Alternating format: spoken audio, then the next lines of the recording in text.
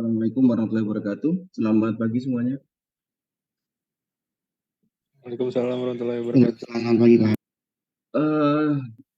Saya minta maaf teman-teman semua karena saya barusan mulai di jam 9.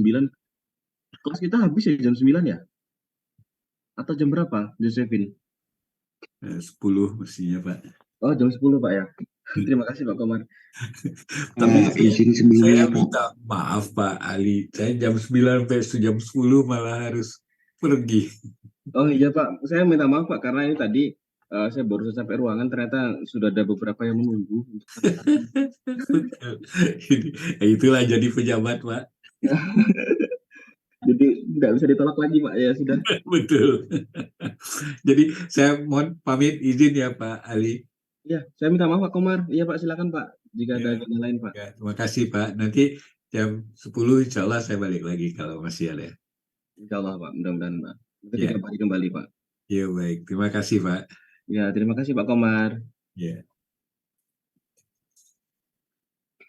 Oke, teman-teman semua, terima kasih ya telah menunggu 1 jam ya hampiran ya. Kalian menunggu 1,5 jam ya, dari jam 7.30 harusnya kita ya. Iya benar Pak. Ya, maaf ya, saya harus mendelay kalian. Tadi sebenarnya jam 8.15 saya sudah ready. Hanya saja tadi ada banyak sekali yang sudah menunggu untuk dieksekusi, karena kalau tidak saya eksekusi, jadi kegiatan di Tera tidak berjalan gitu. Oke, kita coba untuk lanjutkan diskusi ya di Sabtu ya. Kemarin Sabtu kita ketemu kan ya? Nah, iya Pak. Sebelumnya izin Pak. Ya, silakan Josephine. Jadi dari beberapa teman-teman nanti akan ada yang mengikuti praktikum di jam 10 itu bagaimana ya Pak kira-kira? Jam 10 ada praktikum ya, nggak apa-apa. Kita tutup aja jam 10. Gimana Pak? Jam 10 praktikum kan? Berarti kan menjelang jam 10 kalian sudah harus ke kampus kan? Oh iya benar Pak. Nggak apa-apa, kita ambil rekap poin-poin pentingnya saja. Baik, terima kasih Pak. Oke, bentar ya.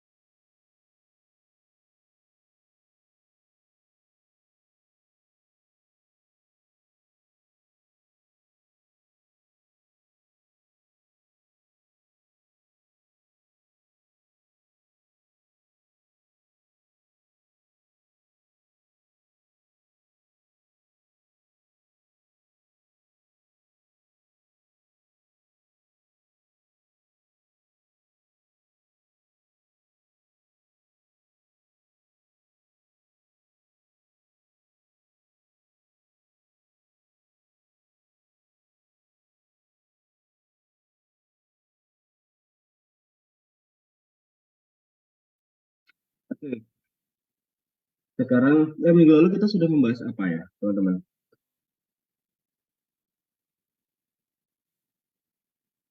Terutama di hari Sabtu. Di hari Sabtu kita membahas tentang apa ya? Masuk. Kuis. Setelah kuis? Oh, kuis juga ya kemarin ya. Sudah saya nilai belum kuis kalian? Kemarin kan kuisnya di e-learning ya Pak. Sebenarnya belum nilai sih Pak. Belum dinilai ya? Ada yang sudah cek? Harus coba cek Pak. Saya mau cek juga ya. Kuis RD ya. Oh, belum saya cek. Yang sudah yang RB ternyata. RB sudah keluar hasilnya. RD belum. Iya. Mau sambil bahas kuis dulu? Hasil kuis?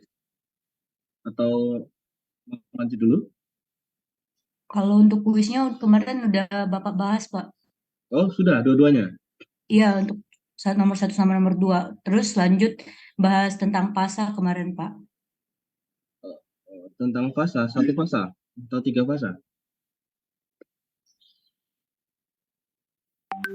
Tentang apa fasanya? Yang 3 fase belum Pak. Enggak, kemarin fasanya tentang apa?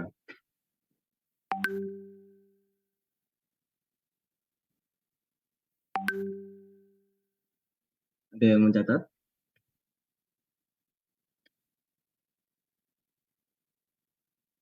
Pasanya tentang segitiga daya itu sudah belum?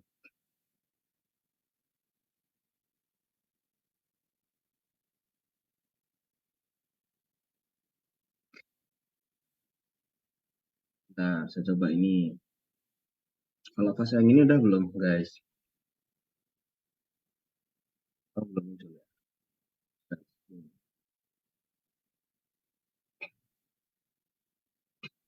Tentang ini yang mau saya diskusikan ke kalian. Atau jangan-jangan kemarin baru sampai sini ya?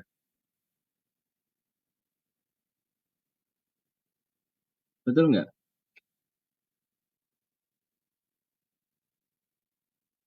Halo?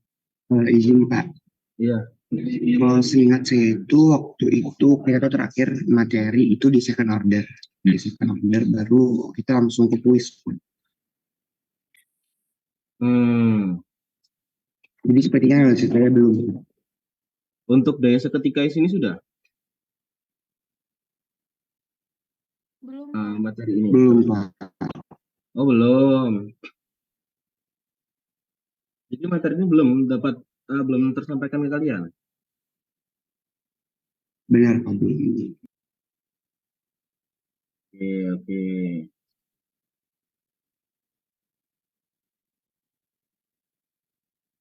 Ya, kalau gitu kita mulai masuk ke sini dulu aja ya. Nanti saya ambil poin-poin saja. Oke, kita mulai sekarang aja ya. Biar waktu efisien. Nanti kalau ada yang mau cabut untuk persiapan praktikum nggak apa-apa. Saya ambil poin-poin pentingnya saja dulu ke kalian. Biar kalian nanti dapat gambaran ya. Tidaknya perkuliahan ini mau membahas apa gitu. Terus ini di mata kuliah kita ada materi tentang analisis tentang daya, ya, analisis tentang daya. Nah, analisis daya karena kita berada di alternating column AC, gitu ya. Berarti kan ada kondisi saat bernilai di bawah 0 tegangannya atau arusnya juga, ada kondisi dia positif semua, gitu ya. Dan kalau secara sederhana AC kan gini ya, alternatif, mau itu sinus ataupun cosinus. Kalau yang saya gambarkan itu adalah sinus. Nah, di sini kalian nanti akan berhadapan dengan yang namanya daya seketika. Daya seketika itu saat waktu tertentu, T tertentu. Jadi dari sini kita bisa tahu posisi, oh tegangannya di sini, ini V. Terus nanti kalau yang arus, misalnya sama ya, di sini I-nya. Nah, jadi kita bisa mengetahui berapa besarnya daya saat tersebut, saat waktu tersebut.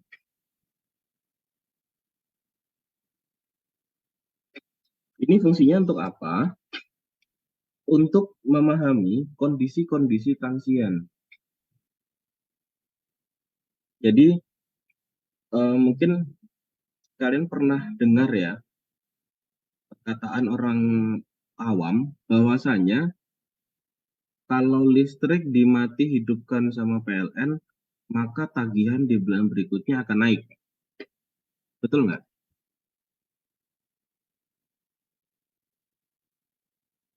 Benar. Betul. Nah, itu merupakan salah satu implikasi dari adanya kondisi transien. Transien itu kondisi yang dalam masa transisi, belum kondisi stabil. Nah, itu kita bisa mengetahui daya seketikanya berapa saat waktu tersebut. Kemudian nanti ada juga tentang maksimum power transfer. Kemudian nanti kalian juga akan kenal adanya nilai efektif atau RMS, root mean square. Kemudian kenalan juga sama daya semu dan faktor daya kompleks, konservasi daya, dan koreksi faktor daya. Itu poin-poinnya. Nah, di daya seketika, itu sama seperti di DC ya.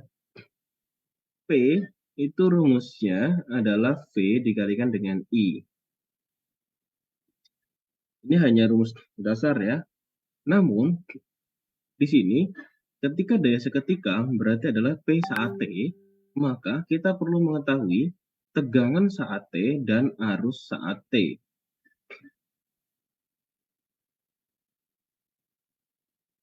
Kan gitu ya. Tegangan saat T itu berapa? Tegangan saat T adalah tegangan maksimum cos cos omega T plus theta. Arus saat T berapa? Arus maksimum dikali cos omega T plus theta. Ini adalah theta V, ini theta I. Karena dia punya arus. Nah, di sini kita tinggal mengalihkan dot produk ya. Vm, Im, cos.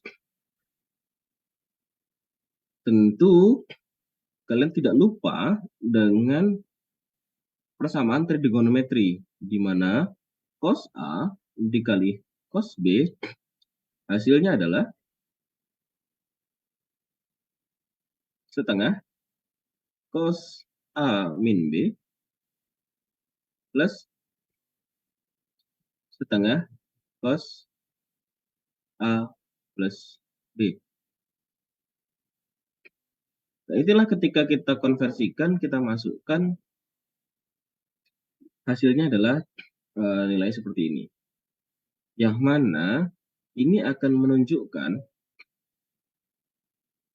bahwasanya ada nilai yang sifatnya konstan, ada nilai yang sifatnya berubah-ubah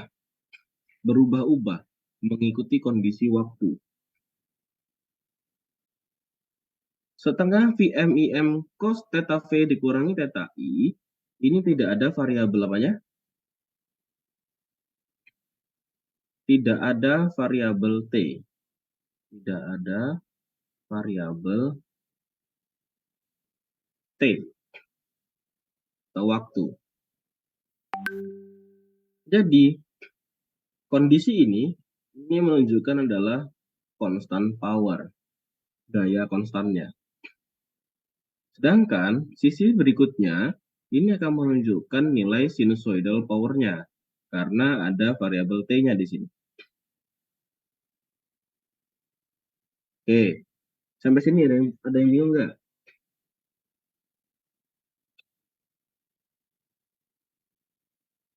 Masih bisa dipahami? Masih bisa. Masih bisa. Nah, misalkan kita ambil contoh, kita punya VT 170 gitu ya, cos 300 gitu ya, 300 T plus 30 volt. Kita punya IT gitu ya, misalkan IT-nya cuma 5 ampere. Cos 300 T sama, oke, kita jangan pakai plus juga, kita pakai min misalkan. Min 20 ampere. Ketika kita mencari P saat T, maka setengah, ya kan, Vm Im 170 dikali 5, itu.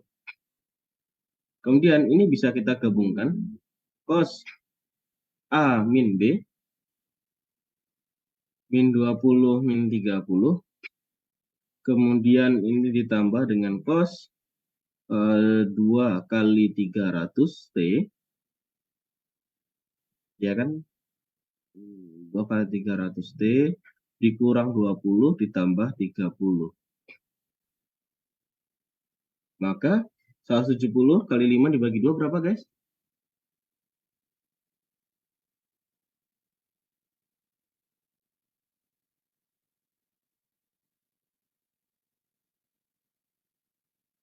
$425. 425. Cos min 20 kurang 30? Min 50, Pak. Min 50 plus cos 2 kali 300 600 T ya. Terus plus 10. Nah, sekarang kita selesaikan. Cos min 50 berapa?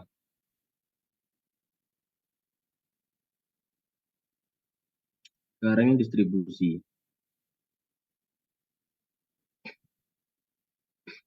Cos min 50 berapa? 0,96. Nah, dikali 425.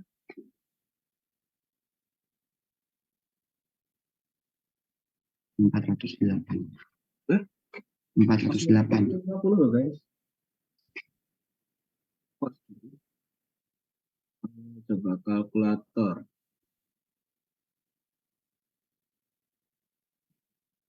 Cos min 50 0,642 ya, 0,642 dikali 425, hasilnya adalah 273,18 kan gitu ya. Kemudian ditambah 425 cos 600 T plus 10, satuannya watt. Nah, disinilah nanti kita akan bisa mendapatkan nilai-nilai yang kita harapkan. Berapa sih dayanya saat berjalan? Kalau kita petakan ini terhadap T, ya,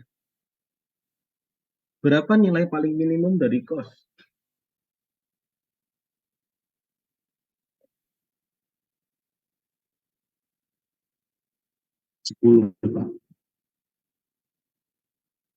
Nilai dari minimum dari cos min 1 dong. Cos nilainya itu bisa jadi 1 ataupun cos berapa? Min 1. Kan gitu.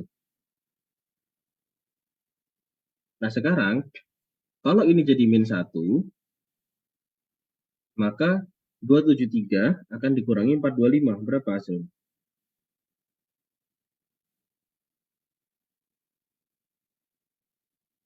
Min 152. Min 152. Sekarang kalau dia jadi posisi 1, berarti kan 273 ditambah 425.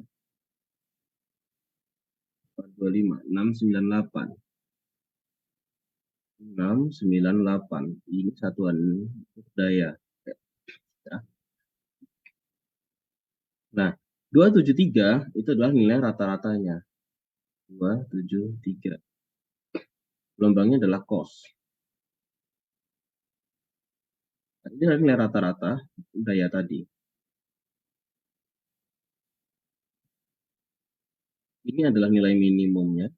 Ini adalah nilai maksimumnya. Jadi, dengan kita punya gelombang ini, kita tahu saat berapa T saat detik ke-50.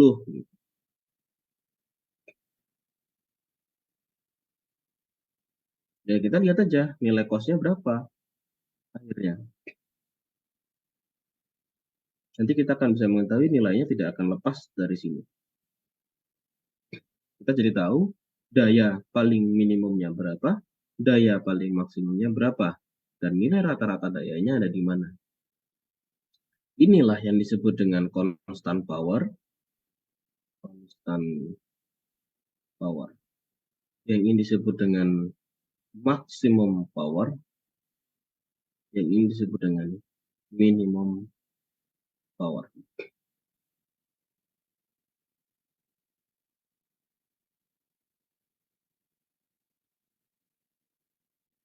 Jadi sederhananya, nilai kita, nilai PT itu akan bergantung dari nilai rata-ratanya 273 ditambah dengan perubahan fluktuatif dari kondisi ini. Makanya dia bisa naik, bisa turun. Dan ada saatnya dia juga nilainya 0.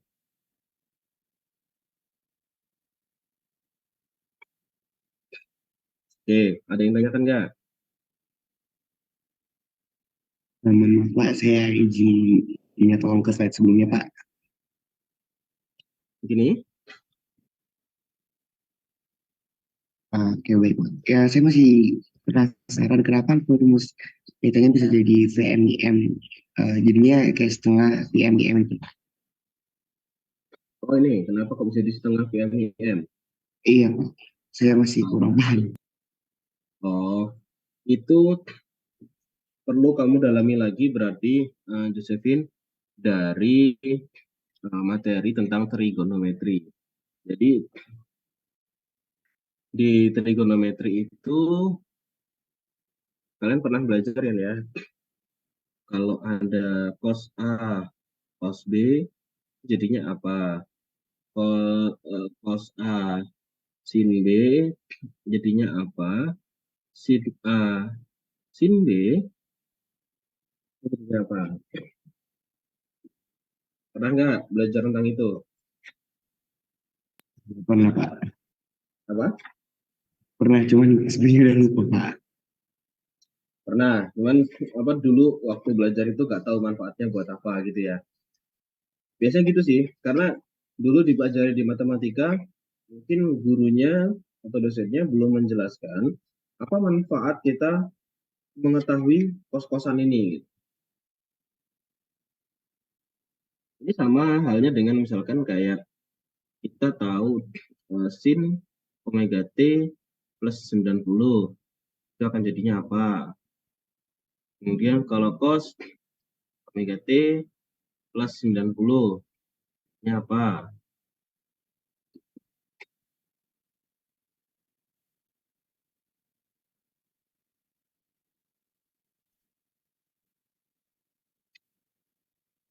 Nanti dibuka lagi aja buku matematikanya, nggak apa-apa sambil belajar lagi.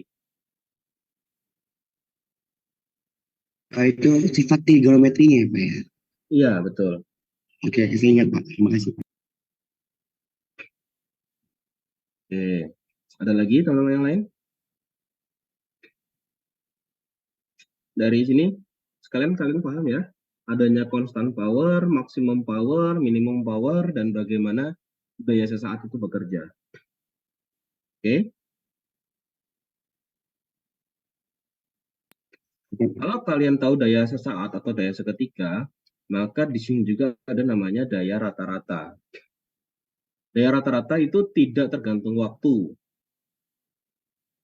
Berarti ini sudah terjelaskan dengan persamaan sebelumnya kan ya? Ada kan ya? Iya, persamaannya adalah persamaan yang ini. Kalau mau saya runut kembali, ya inilah constant power. Constant power itu adalah daya rata-rata.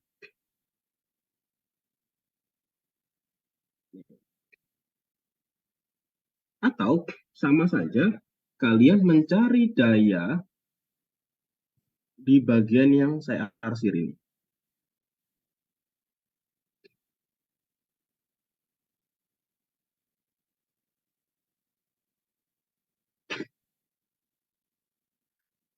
Ini yang saya arsir ya. Nah, daya-daya di area yang diarsir ini bagaimana? Nah, cara menghitung luas area yang diarsir itu adalah dengan mengintegralkan. Mungkin kalau dulu belajar matematika, ya integral ya cuman begitulah cara mengerjakannya. Nah, integral itu berfungsi untuk mengetahui luas area daerah yang dibatasi terhadap garis. Jadi kalau kalian punya garis misalkan seperti ini gitu ya. Nah, berapa area ini luasnya? Kalian bisa mengintegralkan. Oke. Nah, di daya rata-rata itu kita punya theta V sama theta I nih. Sama di daya seketika juga ada theta V sama theta I. Tetapi untuk daya seketika kita punya variabel lain 2 omega T. Ini yang membuat beda gitu ya.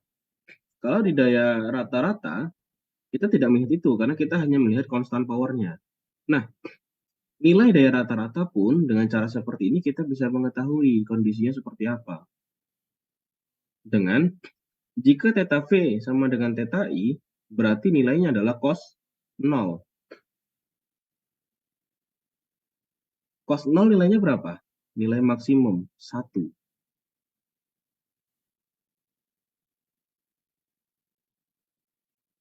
Dengan cara seperti ini, kita akan tahu bahwa beban kita adalah beban resistif murni.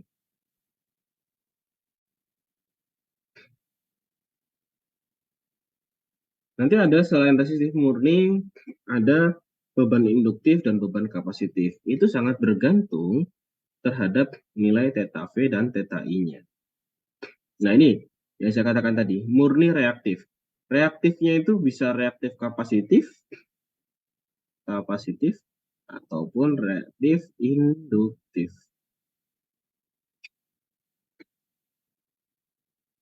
Oke, seperti itu ya. Sampai sini ada tanyakan nggak?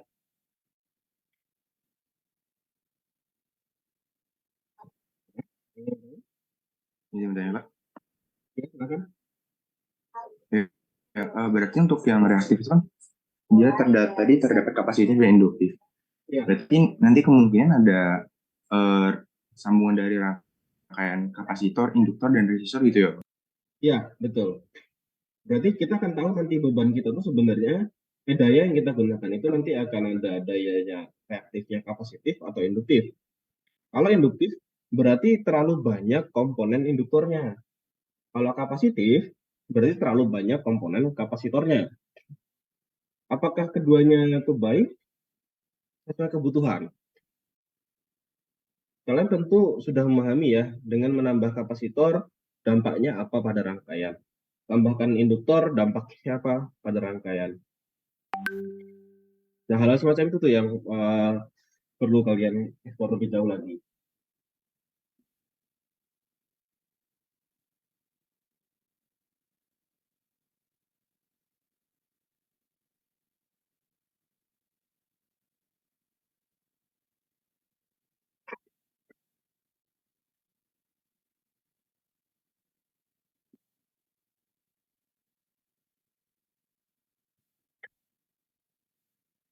Oke, gitu.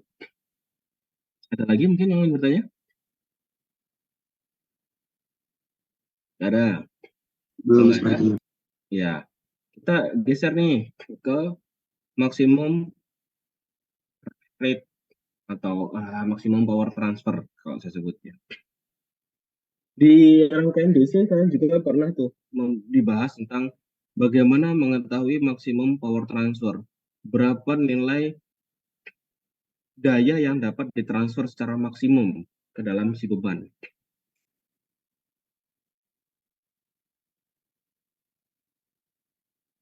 Pendekatan yang bisa digunakan untuk mengetahui maksimum power transfer ini adalah dengan metode analisis kalian yaitu Thevenin ataupun Norton. Tetapi untuk saat ini yang saya contohkan adalah versi Thevenin. Yang mana kalau Thevenin itu kan kita ada rangkaian, kemudian ada rangkaian terbuka, ya. Kemudian di sini ada load. Nah, Thevenin itu kan tidak pernah mau melihat rangkaian di dalam ini seperti apa. Kita tidak peduli. Yang kita perlu tahu adalah berapa besar tegangan Theveninnya, yaitu dari titik A ke titik B. Berapa impedansi Theveninnya dari titik A ke titik B. Kita tidak pernah tahu di dalam ini rangkaiannya seperti apa. Dan tidak pernah mau memperdulikannya. Metode analisis Thevenin itu pun ada langkah-langkahnya ya. Bagaimana caranya? Misalkan Z ini adalah dicopot dulu. Dia sehingga jadi rangkaian terbuka. Diukur tegangan dari titik A dan titik B. Kan gitu ya. Kemudian ketika itu di-short. Kalau ini di-short, berapa impedansi totalnya? Kalau sudah dapat, ya sudah, kita bisa persingkat rangkaiannya. Kan perbedaan Thevenin dengan Norton sebenarnya simpel ya. Thevenin itu melihat secara rangkaian seri, sedangkan Norton itu akan melihat secara paralel. Arus Norton, impedansi Nortonnya, baru ini titik A dan titik B-nya.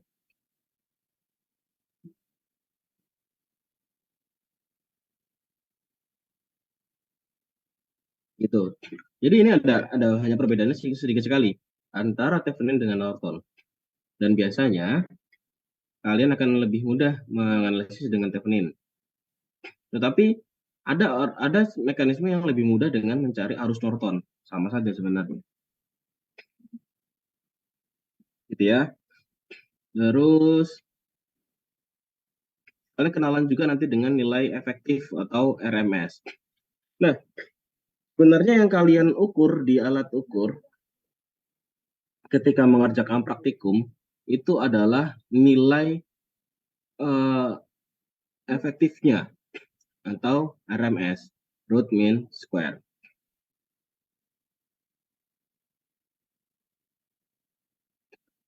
Oke. Nah, untuk mengetahui berapa sih nilai efektif dari suatu satuan yang ingin kita cari, baik itu mau tegangan ataupun arus, ada metodenya, ada caranya. Gitu ya. Di sini di persamaan ini ditunjukkan nilai suatu arus efektif itu sama dengan arus RMS-nya. Dan di sini ternyata jangan jelas, efektivitas arus periodik merupakan arus DC yang memberikan daya rata-rata yang sama ke resistor seperti arus periodik. Jadi di sini sebenarnya bukan rangkaian kita menjadi DC, enggak. Tetapi kita mengasumsikannya menjadi rangkaian DC agar analisis kita lebih mudah. Nah, ini contoh kalau kita nilai RMS dari sinusoid IT, tentu ini tidak asing bagi kalian. IT, kalau yang saya biasa tulis adalah IM cos omega T plus fasa. Saya biasa menulisnya seperti ini. Nah, untuk mendapatkan nilai RMS-nya, nilai RMS itu merupakan IM dibagi akar 2.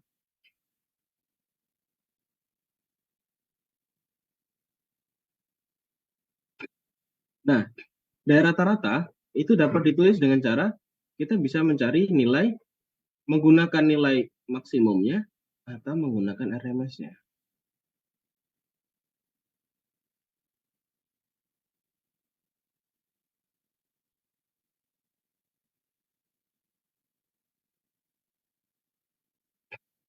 Oke, sampai sini ada yang nanyakan nggak?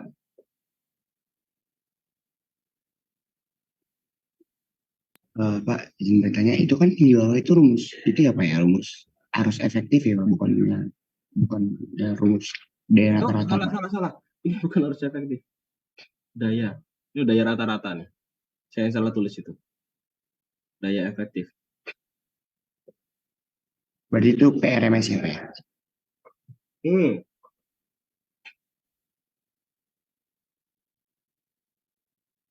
Betul.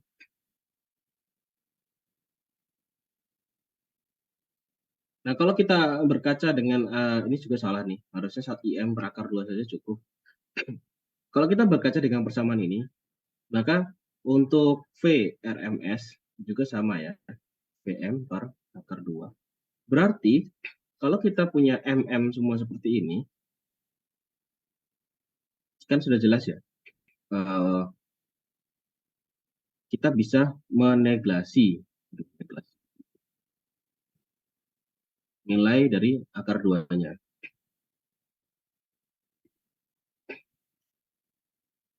Oke, jadi kalian jangan sampai terjebak antara M dengan RMS. Kalau tidak ditulis dia M atau RMS, positifnya dia adalah nilai RMS. Karena kita ketika berbicara normal itu adalah RMS, bukan maksimum. Oke. Nah, di sini kita mulai bergeser nih ke ada namanya daya.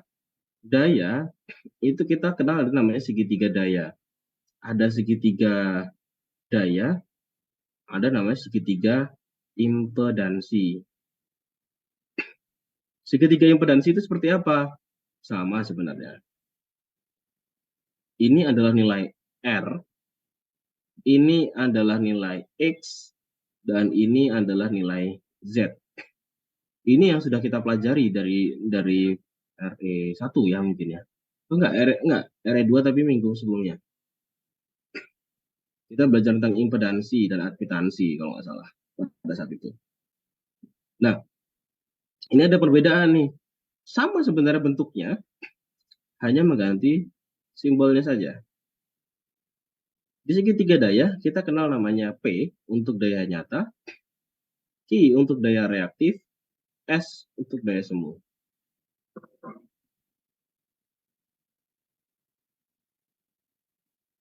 Kalau dengan melihat segitiga-segitiga ini, maka P itu erat kaitannya dengan resistif, Q erat kaitannya dengan X-nya, dan Z erat kaitannya dengan S.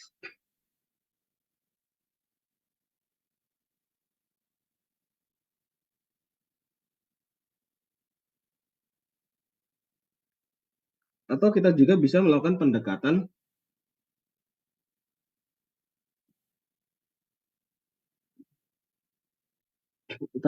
dengan seperti sebuah gelas bir gitu misalkan ya. Airnya ini merupakan P, daya nyata. Busa yang dihasilkan dari bir ini disebut dengan Q, dan gelas itu adalah S. Nah, karena itu, ketika kita memasang listrik dengan PLN, yang dihitung oleh PLN adalah gelasnya, bukan airnya. Tetapi yang yang dikonsumsi sama orang, yang dikonsumsi oleh setiap manusia adalah airnya, bukan busanya. Betul nggak? Benar, Pak. Nah, inilah yang harus jadi pertimbangan gitu. Kalau PLN misalkan kalian terpasang daya 400 VA gitu ya. Berarti nanti kalian harus mempertimbangkan berapa banyak busanya. Karena kalian akan meminum hanya airnya, bukan busanya. Dan ketika air ini ditambah, misalkan busanya juga pasti akan naik. Dan ketika air terus ditambah tapi busanya luar, itulah nanti terjadi namanya trip. Atau MCB-nya down. Karena dia melebihi batas gelasnya. Gampangnya gitu.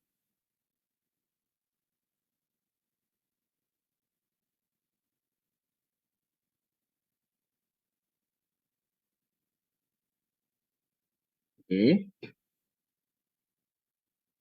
Inilah tadi yang saya sampaikan. Ketika theta V sama theta I nilainya sama, pasti nanti hasil pengurangan nilainya adalah 0. Yang mana cos 0 derajat itu adalah 1. Maka ini disebut dengan power faktornya 1. Tetapi kalau theta V dikurangi theta I, nilainya besar atau kecil, dan memiliki faktor dayanya nilainya 0, jadi cos-nya hasilnya adalah bisa plus 90 atau minus 90, maka power faktornya akan menghasilkan 0. Karena cos 90 derajat adalah 0. Dan cos minus 90 adalah 0.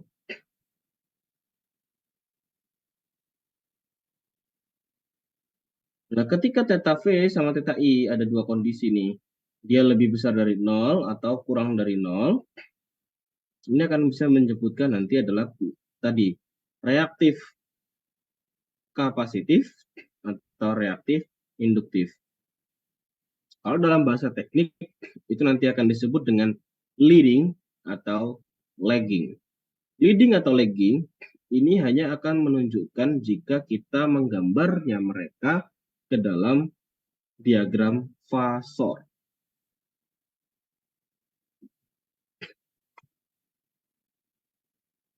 Oke.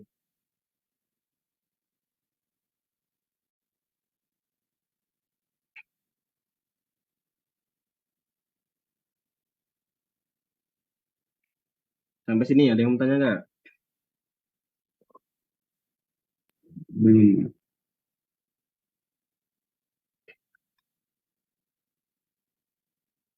Belum? Masih mudah dimengerti? Masih. Nah, kalau masih mudah dimengerti, di sini kita mulai masuk yang namanya daya kompleks. Daya kompleks tadi itu adalah S atau daya semu. Ya, daya semu itu bisa kita dapatkan dari VRMS IRMS cos theta V dikurangi theta I. Tadi kan gitu ya. Atau kalau kalian menggunakan nilai maksimum, ya setengah V dikali I. Tapi ini maksimum semua.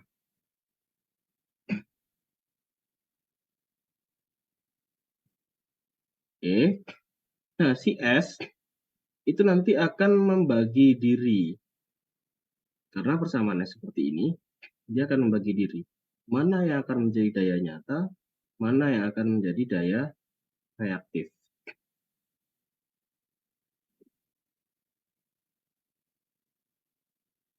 Kenapa disebut daya kompleks? Karena ini adalah merupakan bilangan kompleks. P plus JQ.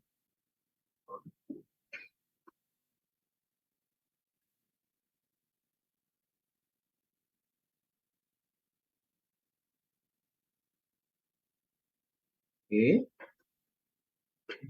Ini masih sama dengan yang tadi, selalu diulang-ulang. Ya. Kalau daya itu satuannya watt, maka Q untuk reaktif volt ampere reaktif. Makanya disebut dengan var. Kalau daya semu itu hanya VA, volt ampere.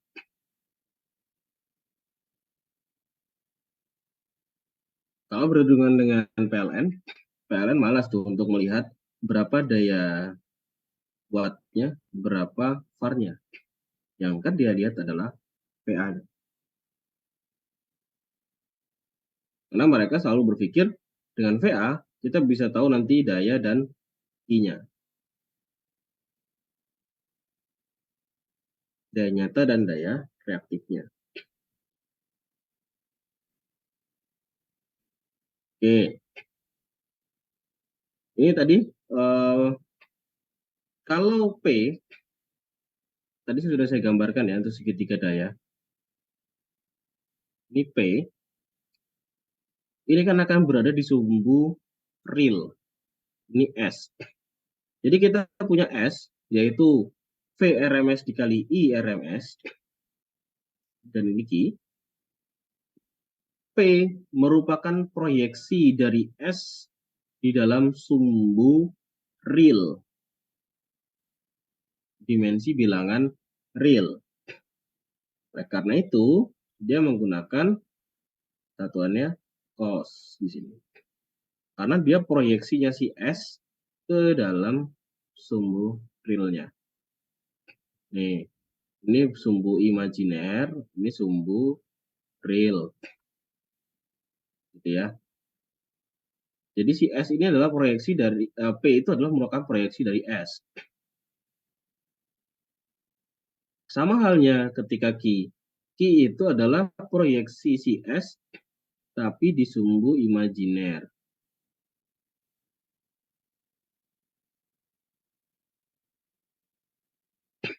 Karena itu pendekatannya adalah sin theta V dikurang theta I.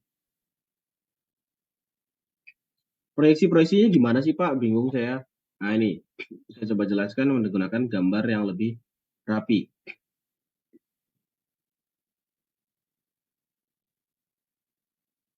Ini adalah proyeksi di dalam sumbu imajinernya. Ini adalah proyeksi dalam sumbu realnya. Jadi apa yang sudah kalian pelajari di matematika tentang Pythagoras, kemudian proyeksi bilangan huruf X dan Y itu masih digunakan sampai sekarang.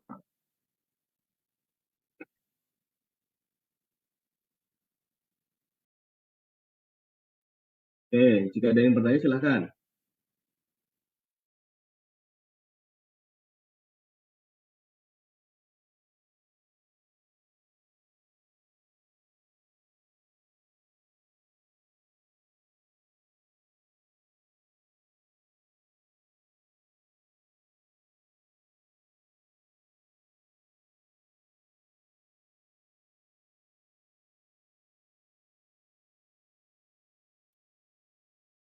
Ada yang bertanya?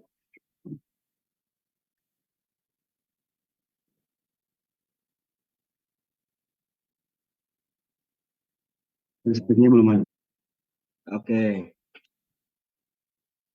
Kalau belum ada, ini penting bagi kalian tentang segitiga daya, segitiga impedansi, kemudian bagaimana faktor daya itu bekerja.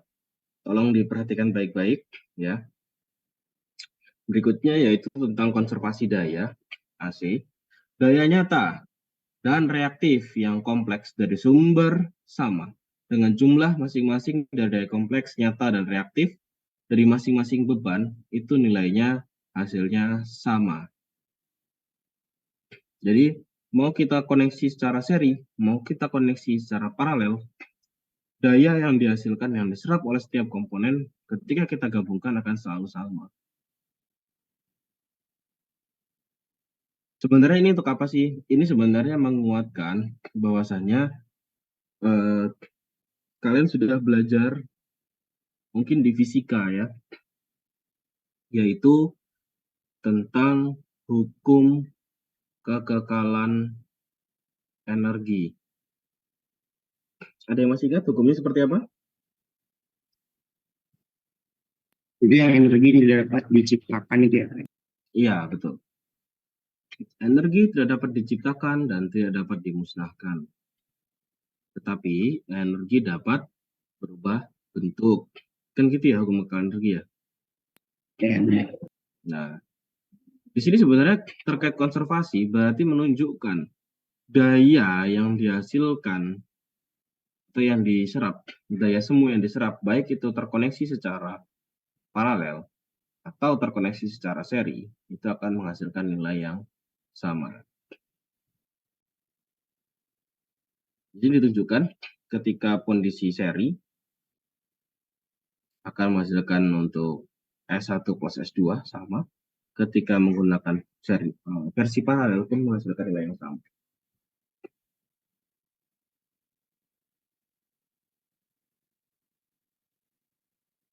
Jadi kalian jangan kaget gitu ketika suatu rangkaian berubah bentuk gitu kan. Bukan berarti terus dayanya berubah, enggak. Dayanya tetap sama. Karena beban yang digunakan sama. Yang membedakan nanti adalah kalau menggunakan paralel, nilai arusnya yang berbeda.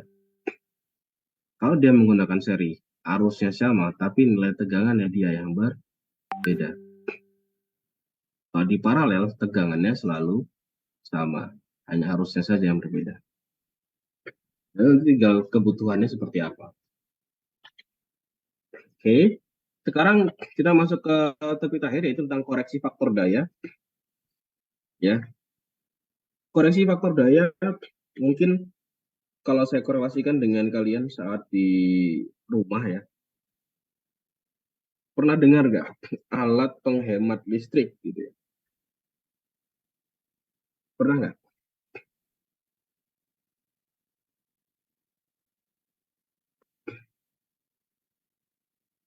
Pernah?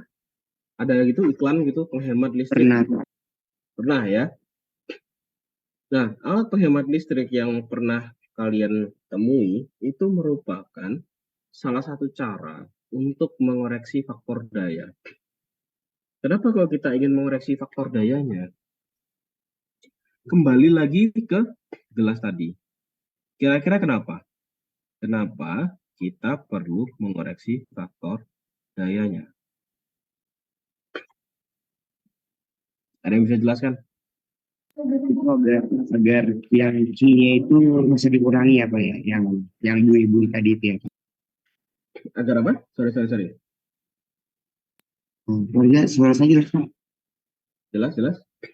Kan tadi sesuai analogi Bapak itu kan kalau yang di gelas itu ada bui-buinya. Nah itu kalau koreksi untuk itu biar kayak bui-buinya itu bisa berkurang gitu. Betul. Kita mengurangi buihnya. Karena yang kita butuhkan airnya. Kan gitu ya? Betul nggak? Koreksi faktor daya hanya menggunakan prinsip seperti itu. Tentu saja alasannya karena ekonomi salah satunya. Koreksi faktor daya merupakan proses meningkatkan faktor daya tanpa mengubah tegangan atau arus ke beban aslinya. Kita hanya menambahkan komponen kapasitor biasanya. Karena mayoritas alat rumah tangga, alat industri itu memiliki sifat induktif.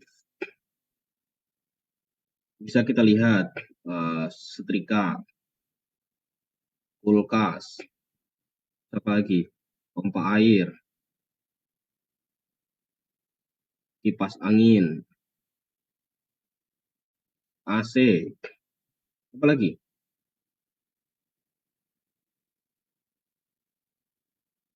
Ada apa lagi? Komputer, Apa?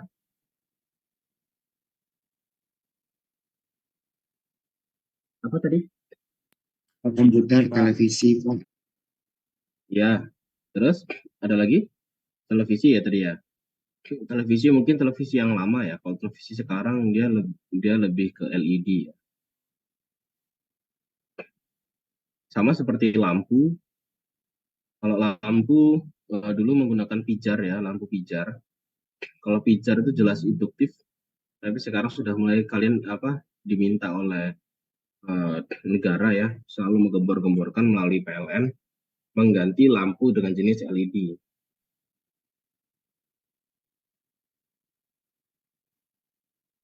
Karena menggunakan lampu pijar berarti kalian akan menggunakan beban induktif gitu ya. Yang mana dapat dipastikan buihnya akan semakin banyak. Itu satu. Terus yang kedua, watt yang digunakan juga besar. Airnya besar. Tapi kebermanfaatannya untuk penerangan itu masih tertinggal dari LED. Nah, karena itu sudah diarahkan untuk mengganti ke LED.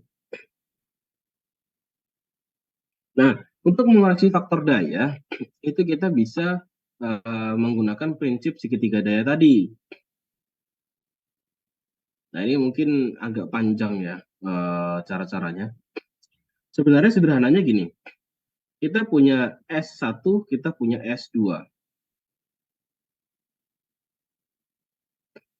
S1 itu S yang awal, kita ingin rubah menjadi S2. Berarti akan ada perubahan faktor daya. Baik itu θ1 akan menjadi θ2. Yang jadi pertanyaan adalah, berapa kompensasi QC di sini? Itulah yang akan menjadi nilai berapa kapasitor yang harus dipasang.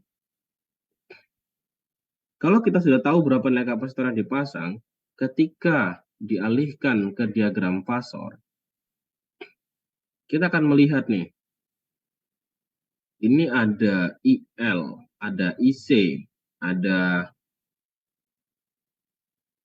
IL, ada IC, ada IC, gitu ya. IC yang asli di sini diproyeksikan jadi seperti ini. Kalau saat beban induktif murni, θ satunya di sini, IL-nya besar, panjang. Ketika ada penambahan kapasitor, berarti kan menekan nih, sehingga θ2-nya akan lebih kecil, nilai I-nya pun akan.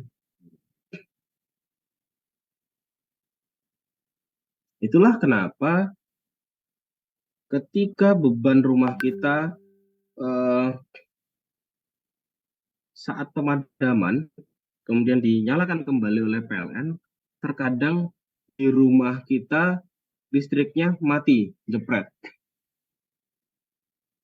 Atau ada yang mengalami ketika mau menghidupkan misalkan kalian sudah menghidupkan TV, sudah menghidupkan AC, sudah menghidupkan kulkas gitu ya, mau menghidupkan rice cooker, tiba-tiba jepret, ada pemadaman. di tempat kalian, MCB-nya trip. Itu terjadi karena IL-nya besar. Padahal kalau kalian konsumsi dayanya, kalian hitung, jumlahnya masih belum mencukupi gitu ya. Kalian seharusnya masih cukup nih 400 VA, tapi kenyataannya ketika dinyalakan jepret. Berarti kalian punya PR tuh untuk mengoreksi faktor daya yang ada di rumah. Oke, seperti itu. Ada yang tanyakan ya?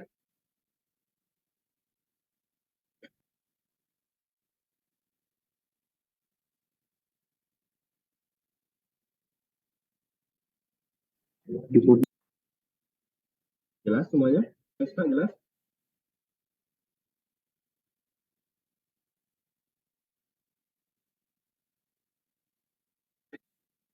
Jelas, mudah-mudahan ya. Nah, kalau jelas, ini terakhir yaitu tentang pengukuran daya. Ini merupakan gambaran bagaimana wattmeter itu bekerja. Gitu ya. Sebenarnya prinsip yang digunakan yaitu prinsip medan magnet yang ditimbulkan.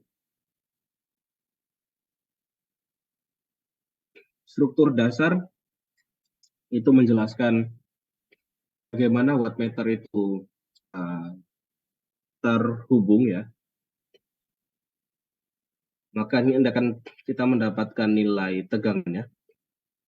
Kemudian di sini akan kita dapatkan nilai arusnya, sehingga jarum ini pun akan bergerak berdasarkan wattnya medan magnet dari V dan I. Kalau kita lihat rangkaian ekuivalennya, itu ada seperti gambar di sebelahnya.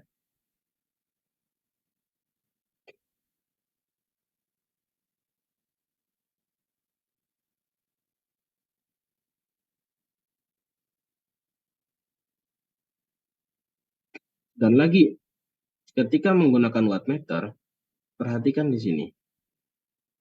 Yang akan terukur adalah nilai apanya?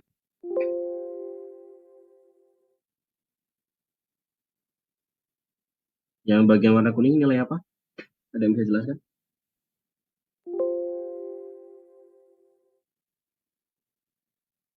Yang di highlight ini Yang nilai kuning itu